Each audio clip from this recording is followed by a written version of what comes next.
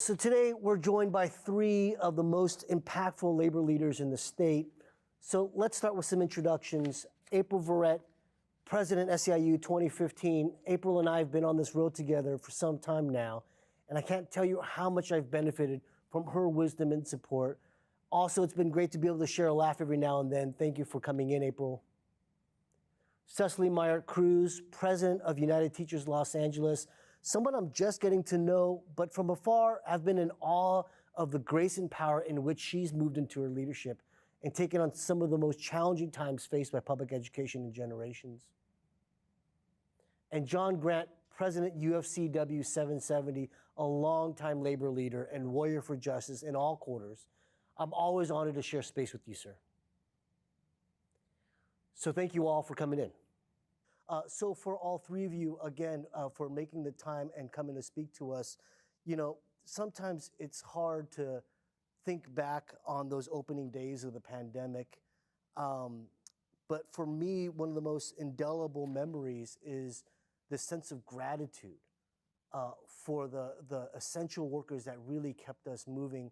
I remember venturing out after a few days to try to get some supplies for the family and seeing at the grocery store these workers overwhelmed, but calmly, safely making sure that everybody got what they needed. I remember teachers managing their own trauma, what must be their own trauma, managing their own family dynamics in the background, but still trying to create a nurturing and welcoming space for my kids.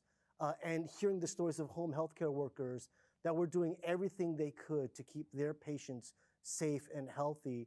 And I always wondered, that must have come at some cost to those workers. And so if you could tell us just a little bit about, you know, what it was like for the workers that you represented in those opening days of the pandemic. And so maybe I could start with you, April. As I reflect back on the early days of the pandemic and just how much we did not know, how home care workers and nursing home workers continue to do the work that they do every single day, going into people's homes, going into skilled nursing facilities, giving care. And what we found out is that they themselves were carriers in many cases of the virus. And the tremendous weight and toll I feel that has taken on our workers is something we don't talk a lot about. They did not mean to put anyone in harm's way, but what we know now is that they just may have. And I think the emotional and mental weight of caregivers, them putting themselves in harm's way, putting the folks that they care for in harm's way, and their families in harm's way is going to be something we have to pack and deal with that trauma, not just for caregivers, but for essential workers across the gamut. We just knew so very little, and we made all of the allowances in the world for those who could stay home and shelter in place to do so safely, but we did not give enough care and attention to the people who couldn't. And so hopefully we will learn from those lessons. That's right. And, you know, for parents of students in the classroom, we don't often get to see actually their teachers do their job. But because of Zoom technology, we're actually able to hear these teachers do their work. And I was blown away by the quality and care in which they showed up. But again, the sacrifices. What were the sacrifices for some of the folks that you represented, Cecily? Our educators did a yeoman's job during this horrific global pandemic. They flipped their classrooms and workspaces overnight. These same educators stepped up to the plate in significant ways. And when I reflect back on it, there's this idea floating in the ethos that educators stopped working during this pandemic. And that couldn't be more further from the truth. Since the start of this pandemic and endless stay-at-home orders, our educators stepped into action. They learned how to teach on a platform that we're using today, no one even heard of. They learned how to engage students over the internet, how to work with parents and the entire educational community to keep our babies safe, educated, and empowered at a time when despair was running rampant.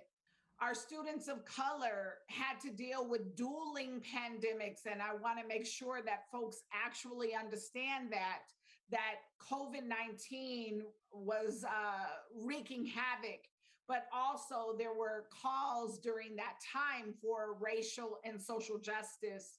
And those dueling pandemics made them more strong, made more informed citizens, and were able to bring and manage traumas that were born out of these dueling pandemics.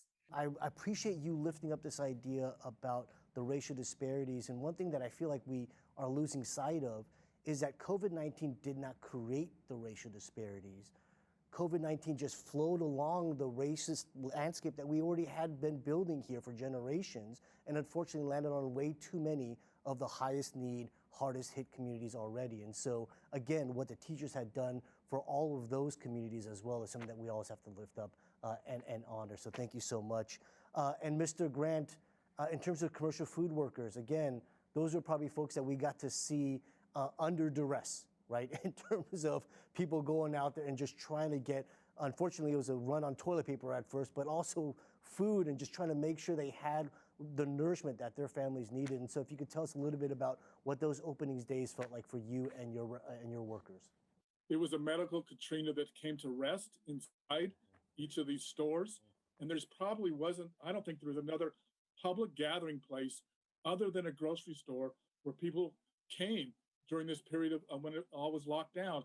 And so fear, vulnerability, infection, disease, and death.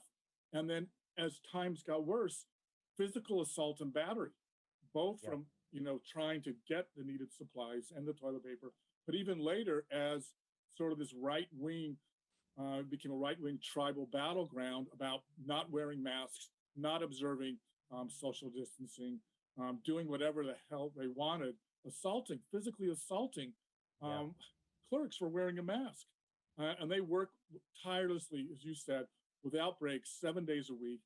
The companies denied them protocols. They did not even want them to wear masks because they thought that might create a panic, as if this stuff wasn't going on anyway.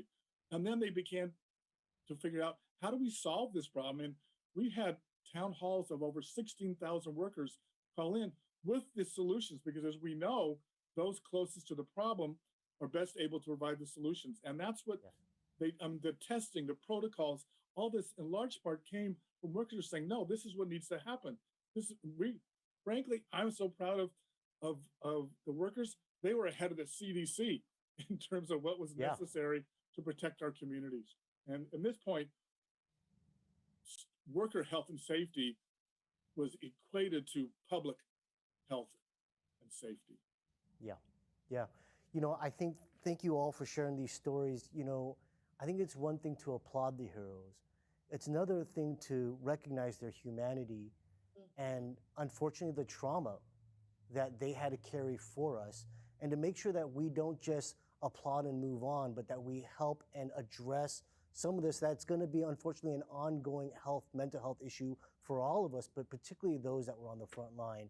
So thank you again for sharing that story. But John, to something that you mentioned, just to move on to the second question, we do know that the name of the game for the opposition is about sowing division and grievance and separation. And they've gotten really good and very, very disciplined at finding and inflaming all those false choices, all those fault lines. And while they sort of move and shout and scream about masks and snake oil and voting audits, they make sure that we pay less attention to the pillaging that they're doing of our pocketbooks and our lands. And so as we've seen them play this out, even in the context of a global pandemic, even in the context when we were all so kicked down as a society, they played out this game. What do we on the left have to learn? What do we need to get more disciplined about how we show up, and not just push back, but how we lead? And so maybe, April, if I can start with you on this question about what does it look like for us moving forward? How do we not just fight back, but actually lead? Yeah, it's a great question, John, and I have lots of thoughts about this. But during the course of this conversation, I am remembering something I heard the amazing Heather McGhee say a couple of weeks ago. And if you haven't read Heather's latest book, I encourage you to, The Sum of Us. She talked about government and organized labor being the two entities that can hold power and be able to stand in the gap of what she describes as the plantation owner class, that the heirs of the plantation owner class, that those two entities together, government and unions, is what we got.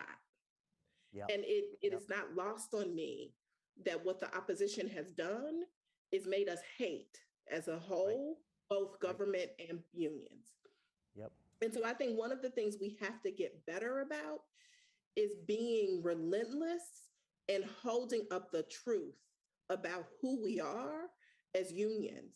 Cecily, words of wisdom in terms of how we move forward, given who we have as opposition and the landscape we have in front of us. We talked about COVID, and COVID laid bare all of the inequities. We live in the 5th largest global economy in the world, but still in our Black and brown communities, we still are under enrolled. Disinvestments exist, right? We haven't said that this is what we need to do. We've got to have material conditions of our most fragile babies changed. And that means it's for our whole educational community. And all of us could have a helping hand in that.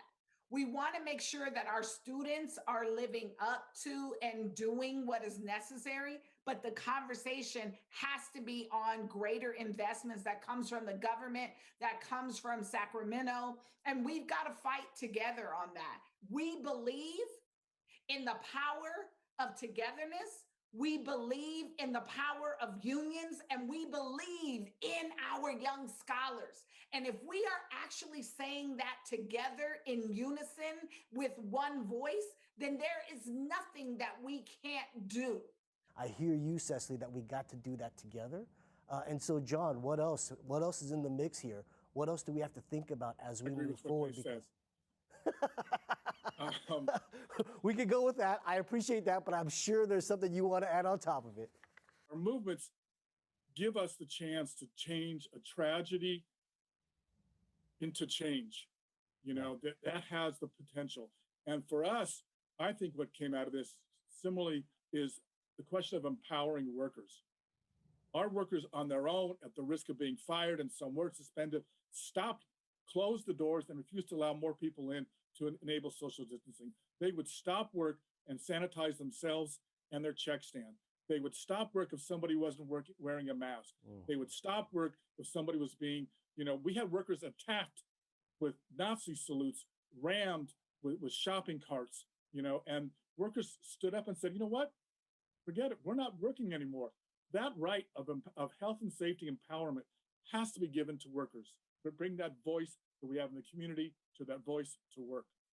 So I go from a space of carrying gratitude for what you all and the workers you represent did for my family, for our communities.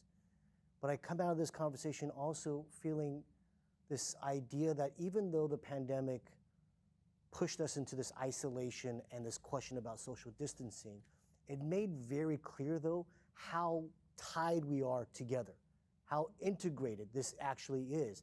It's not just a teacher movement or a home care worker movement or a racial justice movement or a worker movement. These are all inextricably tied together, and we've allowed ourselves in some ways, and I'm going to speak mostly for myself at this point, to stay separated, when in the end, the big fight is not just against the opposition, but to make sure that we kind of bring ourselves together so that we can all kind of move together. And with that, I just, again, given everything that you guys have on your calendars, everything that you have on your plates, the fact that you would come out here and have this conversation with us, thank you so much for taking the time, for sharing the stories, and for pointing the way about where we really need to be moving as we think about not only this year, but the next decade, the next generation for our movement. So thank you all for making the time, and I hope to see you all in person sometime soon. Thanks, John. If I may paraphrase the great quote, let us mourn together for all that we have lost, all those that we have lost, and fight like hell for the living. Fight like hell. There you go. All right. Thank you so much, and have a good afternoon.